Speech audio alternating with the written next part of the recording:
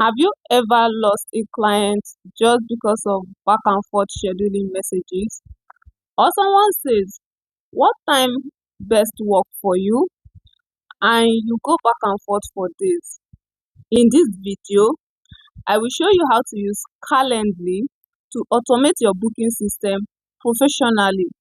Whether you are a virtual assistant, you're a project manager, you're a coach, or a freelancer, by the end of this video, you will have your own booking link ready to send to clients confidently.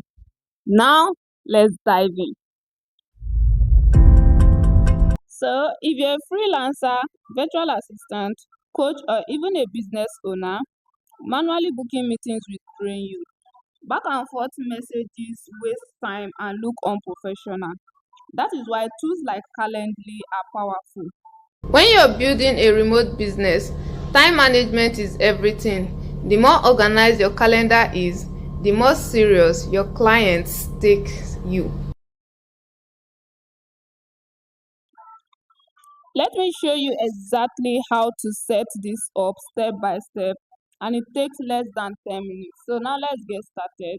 You type your Calendly on Google and now if you're new to Calendly, you're going to sign up with Google. You get started. So now we have our Calendly here.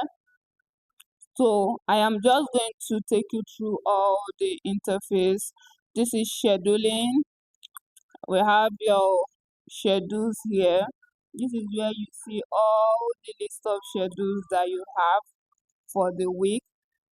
Now we have our settings here. This is where we're going to set our calendar, normal settings and our advanced settings. Our meeting, this shows our availability, contact, our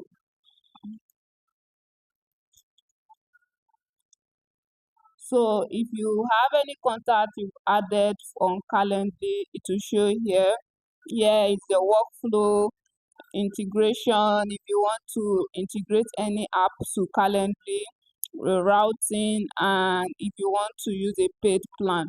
So basically, this is the interface of our Calendly, and I already showed you how I sign in. Once you sign in to Calendly, it will take you to this environment. When your systems are automated, you look organized, reliable, and premium. Always connect your main work calendar to your Calendly.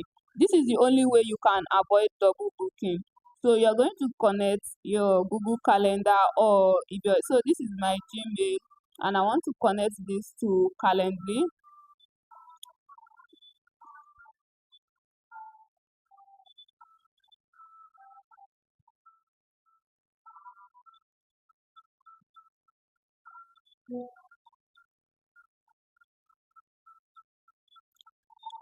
Fine, our Google Calendar is successfully connected.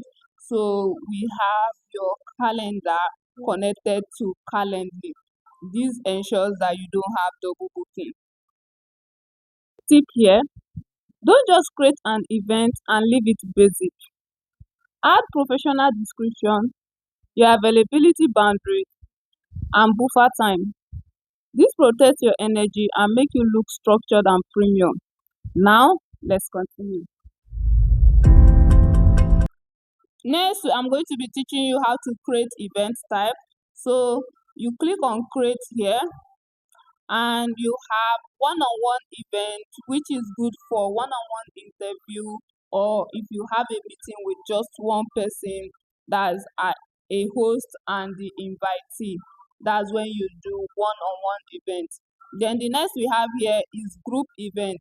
If you're a host and you're inviting multiple invitees, you're hosting something like an online class, a webinar, it is good you use this group. And the next is rotating host.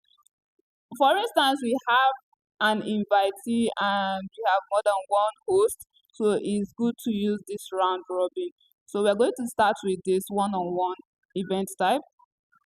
Now you are going to put the name of your meeting, and I choose to name this meeting practice. The duration of the meeting, you're going to, if it's 30 minutes, 45 minutes, 1 hour, depending on the time of the duration of your meeting. So if you also want to add location to your meeting, then this is very important. You add your availability as your weekly hours when you'll be available, so your invitee will choose the time that they are also available for your meeting. So is the host, and who is the host? I am the host, so I'm clicking on that. And after setting all this up, you just go straight to create. So good, I have created an event, so I can copy this link, the link to my event, and share to the invitee. This is a one-on-one event. I can decide to do this event via Zoom, phone call, in person, depending. I can also use Google Meet. So basically, this is how to create a one-on-one event. So I'm not going to save the changes. I'm going to go back. So, all right, the same method you use in creating one-on-one event is the same way you're going to do a group event, round robin, collective, and one-off meeting or meeting pool. So I hope you get how to create an event. If you are finding this helpful so far, I want you to know that you don't need to figure all this by yourself. I have an ebook where I explain in detail how to navigate the remote setting in a step-by-step simple process at your own pace. I will drop the link in my description. Now let's continue. So I want us to learn how to set availabilities for meetings. When setting availability for meeting, I want us to understand how to use time zone, and you need to understand the different time zone we have. And if you're setting your meeting for a client, you use the client's time zone. But there's this app I use that really makes it easier for me. I am going to share with you. Savvy. Okay, this is Savvy Time Zone Chrome extension. So I'm going to show you how I use Savvy Time Zone. I'm going to add this Savvy. I'm going to add the extension.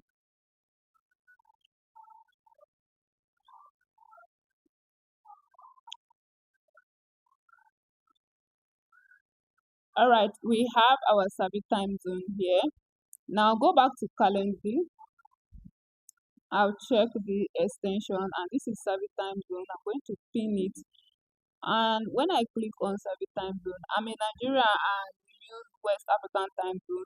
If my client is using PST, so I just type PST, Pacific Time Zone, so I click on it. So this Savvy time is telling me that my 4 p.m. is 7 a.m. If I have another client that is using EST, I just add it. So my 4 p.m. is 7 a.m. PST and 10 a.m. EST. So this will make it easier for me, and I won't be struggling with the time zone. So, but for this class, we are going to use the West African time zone. Yes, so this is the West African time zone.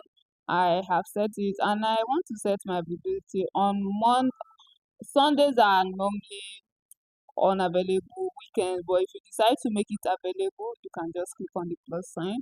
So I will click on Monday. I think I want to add all these times. I'm available within this time on Monday. If you add a time by mistake and you want to remove it, you just click here. So you're just going to pick all the available time. So whenever someone wants to book an event with you, they will just choose the time for the event.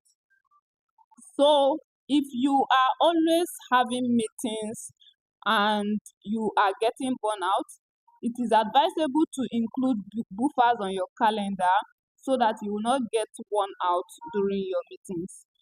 As a professional virtual assistant, whenever you're sharing your link, your Calendly link, make sure that you embed it on your website or you add it to your email signature. You can also add it to your Instagram bio if you are doing it professional, because your booking link should be everywhere so you will not get burned out responding to clients. Like basically, we've learned how to create meeting, how to set our availabilities, how to use your time zone, and how to attach the time zone converter, and how to use it to search for different time zone. A lot of freelancers miss interview because of conflicting time zone. So when you have this, it will be easier for you.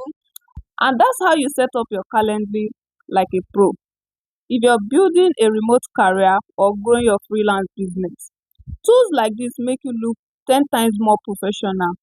If this has helped you, give this video a thumbs up, subscribe for more tech, automation, and remote work tutorials. Now, let me know in the comments if you are Team Calendly or you want to compare it with another booking tool. See you in my next video. Bye.